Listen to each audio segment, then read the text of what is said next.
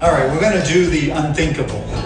I think it's not impossible that this will come unseized now. I'm going to hit every cylinder with Cre-Oil.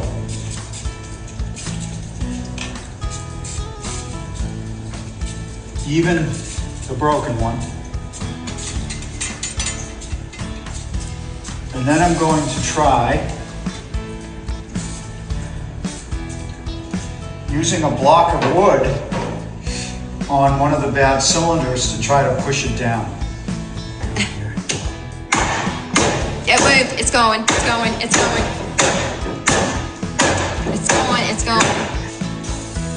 Oh, hun. It's unseized, we've got oil in the cylinders. Wow. Oh, now you're getting excited. Okay. Well, I'll get excited when we get that piston moving.